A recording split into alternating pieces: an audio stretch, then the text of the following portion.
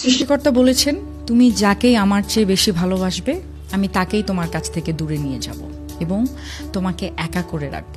তিনি আরও বলেছেন, কখনো বলবে না আমি তাকে ছাড়া বাঁচব না, তবে আমি তাকে ছাড়াই তোমাকে বাঁচতে শেখাবো এবং পেছনের অনুগত সব আবেগ কেড়ে নিয়ে তোমাকে দিব্যির সামনে নিয়ে যাব। 7 জনমের তুমি কেন বোঝো না, এই হৃদয়ের তুমি সে কি জানো না। 7 জনমের তুমি কেন বোঝো না, এই হৃদয়ের তুমি সে কি জানো না।